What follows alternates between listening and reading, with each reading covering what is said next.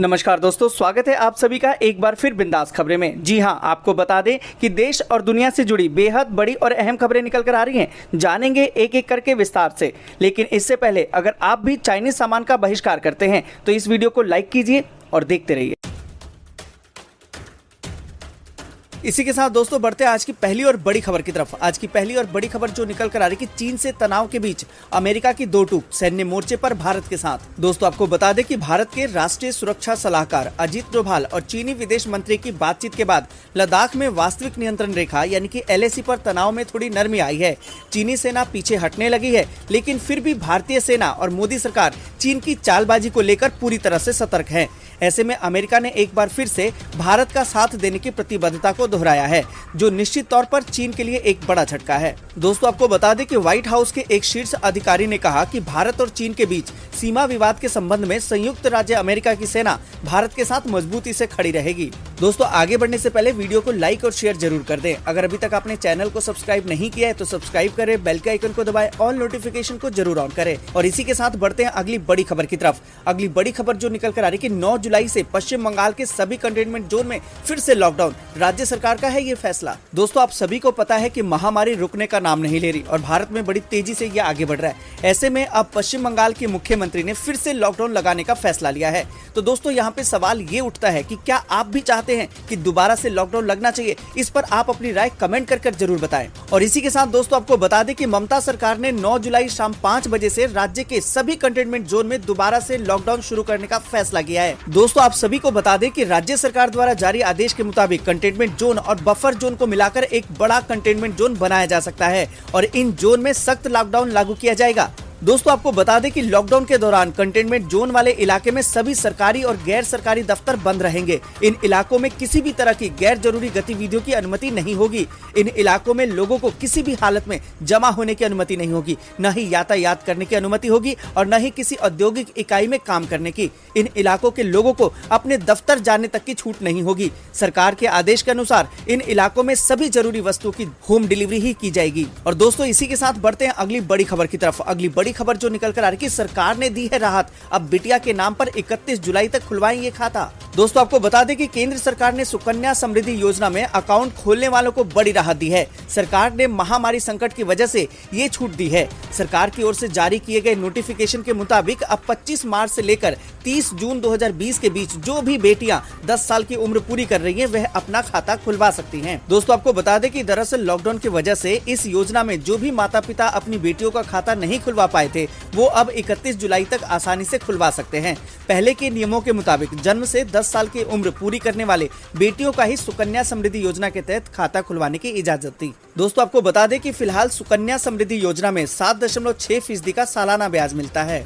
इस योजना के तहत एक वित्त वर्ष में कम से कम 250 रुपए और अधिकतम 1.5 लाख रुपए जमा किए जा सकते हैं और एक पिता अधिक से अधिक 2 बेटियों के नाम से अकाउंट खुलवा सकता है। दोस्तों अगर आप भी अपने बच्चियों के लिए ये खाता खुलवाना चाहते हैं तो आप खुलवा सकते हैं। 31 जुलाई इसकी अंतिम तारीख है। दोस्तों इसी के साथ बढ़ते हैं अगली बड़ी खबर की तरफ। अगली बड़ी खबर जो निकल कर आ रही है, रिलीज से पहले ही सुशांत की फिल्म ने तोड़े रिकॉर्ड, एवेंजर्स को भी पीछे छोड़ा। दोस्तों आपको बता दें कि सुशांत सिंह राजपूत की फिल्म दिल बेचारा का ट्रेलर रिलीज हो चुका है। इस फिल्म को सुशांत के सुसाइड के बाद से ही जबरदस्त चर्चा मिल रही है। कई फैंस के साथ ही साथ सेलेब्स भी सुशांत को ट्रिब्यूट देने के लिए ज्यादा से ज्यादा फिल्म के ट्रेलर को देख रहे हैं। यही कारण है कि इस फिल्म के ट्रेलर ने अपनी रिलीज के पहले दिन ही एक अनूठा रिकॉर्ड बना दिया है। दरअसल सुशांत की फिल्म के ट्रेलर को अब तक यूट्यूब पर 5.3 मिलियन यानी कि 53 लाख लोग लाइक कर चुके हैं और कोई भी फिल्म लाइक के मामले में दिल बेचारा के आसपास भी नहीं है। माना यह जा रहा है कि ये संख्या और भी बढ़ सकती है। दोस्तों आपको बता दें कि हॉलीवुड फिल्म एवेंजर्स ने दुनिया भर में शानदार रिकॉर्ड बनाए थे और दिल बेचारा से पहले इस फिल्म के पास सबसे ज्यादा यूट्यूब लाइक्स का रिकॉर्ड था। इस फिल्म के ऑफिशियल ट्रेलर को 3.6 मिलियन लोगों ने यूट्यूब पर लाइक किया था। दोस्तों क्या आपने इस फिल्म का ट्रेलर देखा है? अगर नहीं देखा तो जरूर देखिए और अपना एक्सपीरियंस कमेंट करके जरूर शेयर कीजिए। और दोस्तों इसी के साथ बढ़ते हैं अगली बड़ी खबर की तरफ। अगली बड़ी खबर जो निकल कर आ रही है कि स्टेशन पर ट्रेन आते ही जलेंगी लाइट्स, जाते ही हो जाएगी ऑफ। यहाँ हुई है इसकी शुरुआत। दोस्तों आपको बता दें कि पश्चिम मध्य रेलवे के भोपाल रेल मंडल ने ऊर्जा संरक्षण के क्षेत्र में एक अहम कदम उठाया है। अब स्टेशन पर जैसे ही कोई ट्रेन आएगी तो प्लेटफॉर्म की लाइट्स अपने आप जल जाएगी और ट्रेन के जाते ही लाइट्स बंद हो जाएगी। इससे बिजली की बचत होगी। आपको बता दें कि भोपाल रेल मंडल के अधिकारियों के मुताबिक वर्तमान में Jabalpur railway station platform number 1 पर इसकी व्यवस्था की गई है। दोस्तों आपको बता दें कि रेलवे ने ट्वीट करके जानकारी देते हुए कहा है कि ऊर्जा संरक्षण की दिशा में भारतीय रेल हमेशा ही प्रयासरत रही है। इसी कड़ी में पश्चिम मध्य रेल के जबलपुर स्टेशन पर अनूठी पहल की गई है, जिसमें प्लेटफॉर्म पर ट्रेन नहीं होने पर ऑटोमेटिक 70% लाइटें बंद रहेंगी, सिर्फ 30% लाइटें ही जलेंगी, जबकि ट्रेन आने पर अपने आप ही सभी लाइटें जल जाएंगी। भोपाल मंडल में ऊर्जा संरक्षण की दिशा में ये एक महत्वपूर्ण कदम है। इससे बिजली की भारी बचत होगी। और दोस्तों इसी के साथ बढ़ते हैं अगली बड़ी खबर की तरफ। अगली बड़ी खबर जो निकल कर आ रही कि माता पिता ने अपने इलाज के लिए बचाए थे 16 लाख, किशोर बेटे ने पबजी गेम खेलने में उड़ा दी सारी रकम। दोस्तों खबर को विस्तार से जानने से पहले आपके लिए एक सवाल, क्या आप भी पबजी खेलते हैं? अगर खेलते हैं तो ये खबर आपके लिए अहम हो सकती है। दोस्तों आपको बता दें कि ऑनलाइन गेम्स की लत को लेकर कई अजीबोगरीब मामले सामने आए हैं, जिसने लोगों को चौंका दिया है। ऐसा ही एक मामला पंजाब के खरार से सामने आया है। वहाँ एक बेटे ने माँ बाप के 16 लाख रुपए पबजी में उड़ा दिए। पबजी यानी कि player unknown battle ground games के कारण देश में कथित तौर पर कई युवाओं की जान भी गई है। कहा यह भी जा रहा है कि इस लड़के ने 1 महीने में खेल में महारत हासिल करने के लिए वर्चुअल सामान खरीदा था। आपको बता दें कि माता पिता को बेटे ने बताया कि वह ऑनलाइन पढ़ाई करने के लिए मोबाइल का ज्यादा उपयोग कर रहा है। 17 साल के इस लड़के के पास 3 बैंक खातों की जानकारी थी, जिसका इस्तेमाल उसने पबजी प्रोफाइल को अपडेट करने के लिए किया। खातों से निकाले गए पैसे का इस्तेमाल उसने इन ऐप की खरीदारी करने के लिए और अन्य अपने साथियों के लिए भी किया। उसके माता पिता को इस बात की जानकारी बैंक के स्टेटमेंट से मिली। दोस्तों आपको बता दें कि उसके माता पिता ने कहा कि वे एक सरकारी कर्मचारी हैं, साथ ही लंबे समय से बीमार हैं। बचाए गए पैसों का इस्तेमाल वे इलाज के लिए करने वाले थे, परंतु बेटे ने पैसे को बर्बाद कर दिया। दोस्तों यहाँ पर सवाल अब आपके लिए भी है, क्या आप भी ऐसा करते हैं? अपने प्रोफाइल को अपडेट करने के लिए आप भी पैसे की बर्बादी करते हैं या समय की बर्बादी करते हैं? ये आप खुद सोचिए और कमेंट करके जरूर बताइए। दोस्तों इसी के साथ बढ़ते हैं अगली बड़ी खबर की तरफ। अगली बड़ी खबर जो निकल कर आ रही है, SBI के ग्राहक हैं तो ATM से OTP के जरिए कर सकते हैं नकद निकासी। दोस्तों आपको बता दें कि भारतीय स्टेट बैंक यानी कि SBI ATM से 10,000 रुपए से अधिक की नकदी निकालने का एक सुरक्षित तरीका दे रहा है। ये नई सुविधा 2020 की शुरुआत से ही चालू है और इसके जरिए ATM कार्ड धारक OTP की मदद से नकदी की निकासी कर सकते हैं।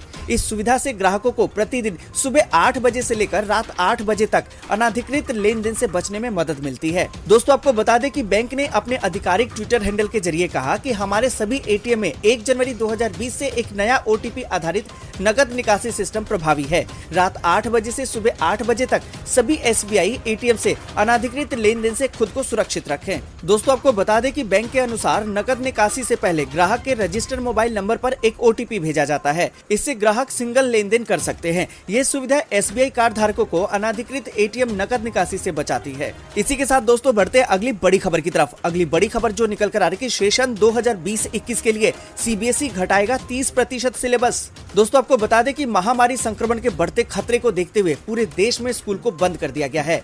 स्कूल बच्चों को ऑनलाइन माध्यम से सिखा तो रहे हैं, बदले हुए माहौल को देखते हुए सरकार ने CBSE के सिलेबस को 30% तक घटाने का निर्णय लिया है, जिसके बाद CBSE ने नए सत्र 2020-21 का नया करिकुलम भी छात्रों के लिए जारी कर दिया है। आपको बता दें कि सिलेबस में ये बदलाव सिर्फ 9वीं से 12वीं कक्षाओं के लिए किया गया है। दोस्तों आपको बता दें कि छात्र CBSE की आधिकारिक वेबसाइट के माध्यम से पूरा करिकुलम देख सकते हैं। इस बारे में मानव संसाधन विकास मंत्री डॉक्टर रमेश पोखरियाल निशंक ने ट्वीट करके कहा कि लर्निंग अचीवमेंट के महत्व को ध्यान में रखते हुए और मुख्य अवधारणाओं को बरकरार रखते हुए सिलेबस को 30% तक तर्कसंगत बनाने का निर्णय लिया गया है। उन्होंने ये भी बताया कि CBSE द्वारा कक्षा 9वीं से 12वीं के छात्रों पर पाठ्यक्रम भार को कम करने के लिए पाठ्यक्रम संशोधन किया जा रहा है। दोस्तों इसी के साथ बढ़ते हैं अगली बड़ी खबर की तरफ। अगली बड़ी खबर जो निकल कर आ रही है, हिमाचल के मुख्यमंत्री ने कहा कि हिमाचल 100% LPG गैस कनेक्शन वाला देश का पहला राज्य बना। दोस्तों आपको बता दें कि पहाड़ी राज्य हिमाचल प्रदेश देश में पहला ऐसा राज्य बन गया है जहां हर घर में LPG कनेक्शन है। इस बात की जानकारी राज्य के CM जयराम ठाकुर ने दी है। आपको बता दें कि मुख्यमंत्री जयराम ठाकुर ने सोमवार को हिमाचल गृहिणी सुविधा योजना के लाभार्थियों को वीडियो कॉन्फ्रेंस के जरिए संबोधित करते हुए कहा कि चूल्हे पर खाना बनाना केवल मुश्किल ही नहीं था, बल्कि इसका महिलाओं के स्वास्थ्य पर भी कुप्रभाव पड़ता था। उन्होंने बताया कि केंद्र सरकार की प्रधानमंत्री उज्ज्वला योजना के तहत ग्रामीण इलाकों की महिलाओं को निःशुल्क गैस कनेक्शन मुहैया कराए गए। राज्य में 1,36,000 परिवारों को इस योजना का लाभ मिला। राज्य सरकार ने केंद्र की इस योजना के तहत लाभ नहीं पा सके परिवारों के लिए हिमाचल गृहिणी सुविधा योजना की शुरुआत की। दोस्तों आपको बता दें कि मुख्यमंत्री ने कहा कि राज्य की इस योजना के तहत 2,76,243 परिवारों को निःशुल्क गैस कनेक्शन मुहैया कराए गए। ठाकुर ने कहा कि इससे धुएं से महिलाओं के स्वास्थ्य पर पड़ने वाले बुरे असर को ही नहीं रोका गया, बल्कि पर्यावरण संरक्षण में भी मदद मिली। दोस्तों इसी के साथ बढ़ते हैं अगली बड़ी खबर की तरफ। अगली बड़ी खबर जो निकल कर आ रही है, इंडिया ग्लोबल वीक का आगाज 9 जुलाई को, पीएम मोदी देंगे उद्घाटन भाषण। दोस्तों आपको बता दें कि महामारी संकट और चीन के साथ सीमा मुद्दे पर बने तनावपूर्ण हालात के बीच प्रधानमंत्री नरेंद्र मोदी पहली बार वैश्विक स्तर पर भाषण देने जा रहे हैं। प्रधानमंत्री मोदी गुरुवार को इंडिया ग्लोबल वीक 2020 के उद्घाटन के अवसर पर भाषण देंगे, जिसमें कि दुनिया भर के 30 देशों के 5,000 से ज्यादा प्रतिनिधियों के भाग लेने की संभावना है। दोस्तों आपको बता दें कि प्रधानमंत्री नरेंद्र मोदी दोपहर 1:30 बजे उद्घाटन भाषण देंगे। ये वर्चुअल कॉन्फ्रेंस 11 जुलाई तक चलेगी। दोस्तों इसी के साथ बढ़ते हैं अगली बड़ी खबर की तरफ। अगली बड़ी खबर जो निकल कर आ रही है, कैलाश विजयवर्गीय ने कहा कि ममता बनर्जी ने खुद स्वीकारा है भ्रष्टाचार, अब पद पर बने रहने का नहीं है अधिकार। दोस्तों आपको बता दें कि मुख्यमंत्री ममता बनर्जी द्वारा तूफान अम्फान की सभी पीड़ितों को मदद नहीं मिलने की स्वीकृति के बाद भाजपा मुख्यमंत्री पर अब हमलावर हो गए हैं। भाजपा के महासचिव और प्रदेश भाजपा के केंद्रीय प्रभारी कैलाश विजयवर्गीय ने कहा कि ममता ने खुद स्वीकारा है कि भ्रष्टाचार हुआ है, तो ऐसी स्थिति में क्या उन्हें सरकार में बने रहने का अधिकार है? वह अगर मुख्यमंत्री पद से इस्तीफा नहीं देती है तो आने वाले चुनाव में जनता उन्हें हटा देगी।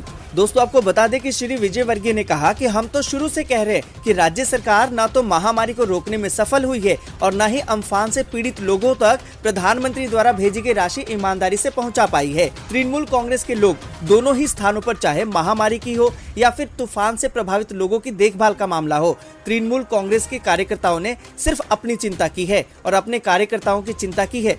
सरकारी पैसे का भ्रष्टाचार के माध्यम से अपने कार्यकर्ताओं का पॉकेट भरा है। दोस्तों इसी के साथ बढ़ते हैं अगली बड़ी खबर की तरफ। अगली बड़ी खबर जो निकल कर आ रही है, आरोग्य सेतु का अकाउंट कर सकेंगे delete, health data third party के एप्स के साथ हो सकेगा शेयर। दोस्तों आपको बता दें कि महामारी contract tracing app Aarogya Setu में एक नया फीचर ऐड किया गया है। इस फीचर के अलावा अब आरोग्य सेतु ऐप में यूजर्स का health data third party apps के साथ शेयर किया जा सकेगा। आपको बता दें कि आरोग्य सेतु के लिए नया अपडेट जारी भी कर दिया गया है, जो अब प्ले और ऐप स्टोर पर उपलब्ध है। नए फीचर की बात करें तो ये प्राइवेसी के लिहाज से बेहतर माना जा सकता है।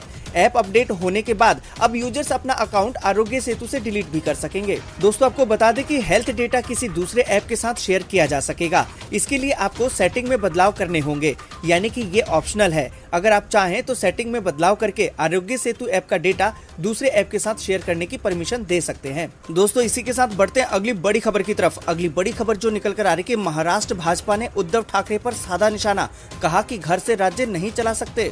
दोस्तों आपको बता दें कि महाराष्ट्र के मुख्यमंत्री उद्धव ठाकरे पर तंज कसते हुए राज्य भाजपा के अध्यक्ष चंद्रकांत पाटिल ने मंगलवार को कहा कि राज्य को घर से नहीं चलाया जा सकता। उन्होंने कहा कि नेता को छत्रपति शिवाजी महाराज की तरह लोगों को जमीन पर दिखाई देना चाहिए।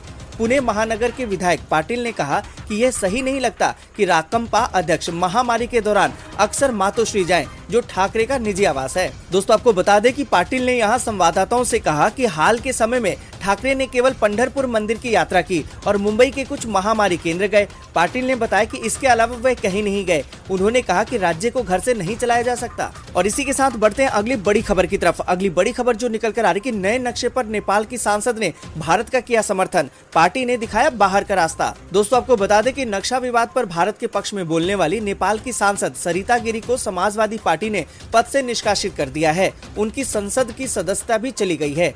नक्शा विवाद पर सरिता गिरी शुरुआत से ही नेपाल सरकार के खिलाफ खुलकर विरोध करती रही है। दोस्तों आपको बता दें कि हाल ही में संविधान संशोधन में सरिता गिरी ने खुलेआम विरोध किया था। सरकार द्वारा नए नक्शे को संविधान का हिस्सा बनाने के लिए लाए गए संविधान संशोधन प्रस्ताव पर अपना अलग से संशोधन प्रस्ताव डालते हुए जनता समाजवादी पार्टी की सांसद सरिता गिरी ने इसे खारिज करने की मांग की थी। दोस्तों आपको बता दें कि इसी कारण अब उन्हें पार्टी से निकाल दिया गया है। इसी के साथ दोस्तों बढ़ते हैं अगली बड़ी खबर की तरफ। अगली बड़ी खबर जो निकल कर आ रही कि सपा अध्यक्ष अखिलेश यादव ने कहा कि अपराध, बेरोजगारी, अन्याय और खराब शिक्षा में यूपी नंबर 1। दोस्तों आपको बता दें कि समाजवादी पार्टी के राष्ट्रीय अध्यक्ष और यूपी के पूर्व मुख्यमंत्री अखिलेश यादव ने कहा कि मुख्यमंत्री ने अपने अलादीन के चिराग से उत्तर प्रदेश को हर मामले में नंबर 1 बना दिया है। सत्ता संरक्षित अपराधों में नंबर 1, रोजगार विनाश में नंबर 1, महामारी की धीमी जांच में नंबर 1, किसानों की बदहाली में नंबर 1, बीमार स्वास्थ्य सेवाओं में नंबर 1, गड्ढा युक्त सड़कों में नंबर 1, जातिगत भेदभाव में नंबर 1,